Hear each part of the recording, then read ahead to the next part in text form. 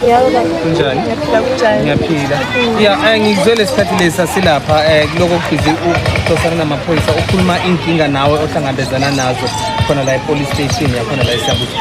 Ukuchasisela ababukeli ukuthi wena inkinga okhe wahlangabezana nayo ngiyiphi yazi inkinga mibe kuphi ne? Okay, ngiyacabanga abaningi bangangazi because ngimnengi kakhulu la endleleni. Okay, ngibe nenkinga yokuthi ngiye ngokulanda umntwana wami last year. Ngimlanda ekhaya kwabakhe. Lokhu ngifihlelwa yena kuthiwa ukule, la ngiyale kuthiwe ukule. So ngamlocate eFontein ku-aunt wakhe ngayomlanda kuyi-February. Kube March, April, May, June, July, August.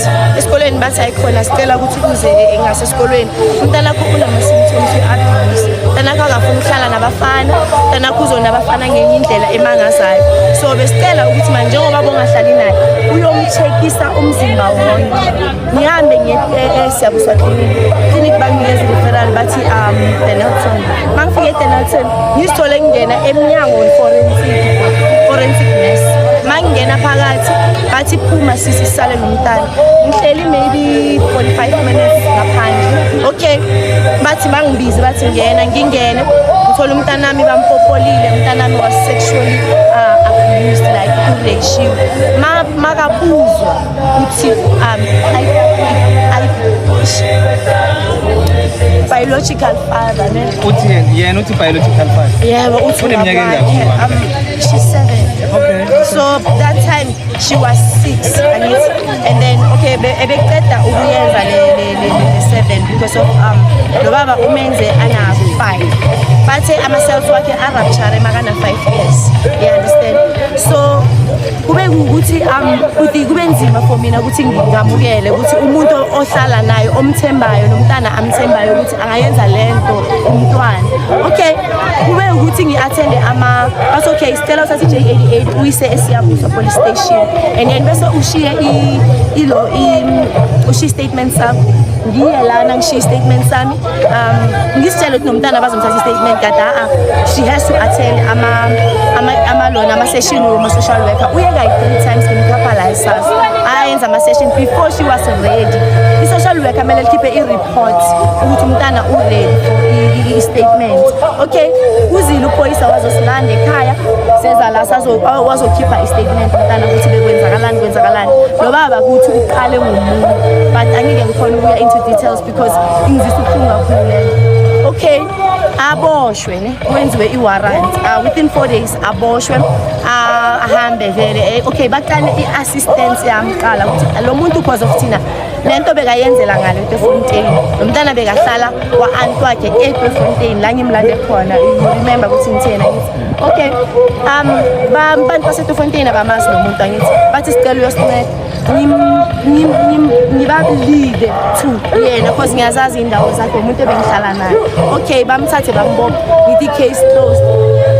After 3 weeks umuntu nangu uhamba la without even notification from investigative officer ukuthi umntana abe sekuteni mhlambe or chiftana umntana lo muntu uyaza bangiwananga nganix. Even today I don't even know investigative officer angina case number nje kuphelile nje kuphelele lapho nje umntana wami isafari akaye esikolweni like kunamanye amalanga la afreeza khona umbone ukuthi yazini nomntana la ke right nge-7 December uphuze iparaffin immediately abona lo muntu lo andlula lapha like uthukiwe nomndeni wami uthukiwe lo muntu udlula kayi-7 phambi kwakithi. So abazali bami nakahlangana nabo kwenza lesi what kind of a life is that? Thina sihlale kufear because of umuntu ongenangqondo and umuntu okhande lo mzimba obona namhlanje nje ungesibanga sakhe but leya siyeke manje ngilola indlela umntanami. Okay, so ngibona ufikile ngapha e-police station ngoba uhlala eTweefontein and then isehlakalo senzeke nge-Tweefontein and then ke nangapha amaphoyisa eSiyabuswa bathini nabakunikeza impendulo because ngikuzwe uthi angina case la mara reporta indaba ye-rape. Amaphoyisa benze Siyabuswa ne bese bese bekagibela athi uyobona umntana eTweefontein because of bekamholela isasa bekangena ngokuthi athi nilethe imali yomntana kanti usho makayovuka ezingubeni ayongena engubeni zomntwana enze whatever lokwakwenziwa uziphinda phindile futhi hayi kancane umntanami umonakalo anawo angeke uzujabula understand so manje I have to ukuthi ngimele angimazi ukuthi yoba umntana onjani kusasa kumanje ingqondo yakhe ilikhuni kakhulu akakhona ukuyenzani kusumntanami awukhona ukumyeka nje aye shop ayi-1 because of like uyahlangahlangana bhuti wami uhamba ama-psychologist ne but akulungi nix even nami I'm mentally drained nje ngikazi ngihlangahlangene nje amaphoyisa athini wala isiyabuzo amaphoyisa bathi bona yazi ukuthi kwenzakalani bathi mabalethi ID number yami akuna case number akuna lutho akuna case number akuna next bathi bona bazozama ukuthi babuye kimi I don't know ukuthi isayokuthatha isikhathi esingakanani and lo muntu lo ngihlangana naye la endleleni safe bambuku njengoba ngimkhombe so ngathi nawo ngisabela impilo yami ngisabela nje izinto eziningi kwamina ngihlangahlangene because of this guy so ngitela nje manje kesikeke isimedeni sisikhathele so bayivuselela icase njengokuthi babethi ID10 na case amaphoyisa athini uthi bathi okay umuntu kuyenzeka ukuthi athole i-bail lakithi ne bathi ama-conditions wakhe bekangawalandeli because of like you can't interact with the victim wakhomba umntana so wathi why utshela umama unamasimba udlula kayi-7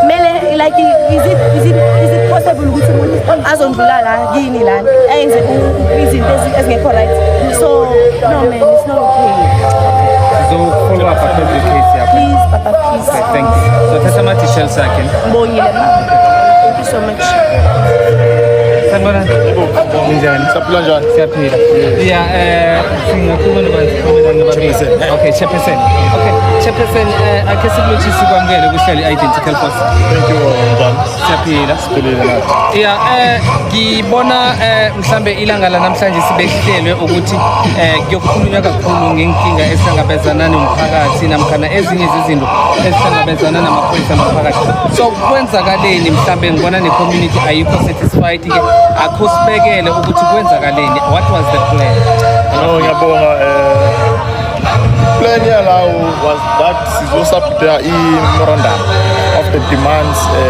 zale community because remember i-community can't just lead itself lezi dinga lezi so thina as the ANC youth league we took it upon ourselves that we invite the ANC and all the structures that are dealing ngalento ye-GBV now the plan was that we take everything from the community and then we address it with the police station because you must understand with the police and the SAPS it's an entity of government so Tina as the ANC-led government must listen to inkinga zabantu and take them where they're supposed to take it and respond to Lama matters because you might have institutions that are not responding to the issues all about. And remember, people can't speak for themselves. Yeah? People who are afraid to come front with Bazokulu. So we took that initiative. One thing that made the community good bang satisfied is that we must understand with each and everything that we do under government. It's dictated by policies.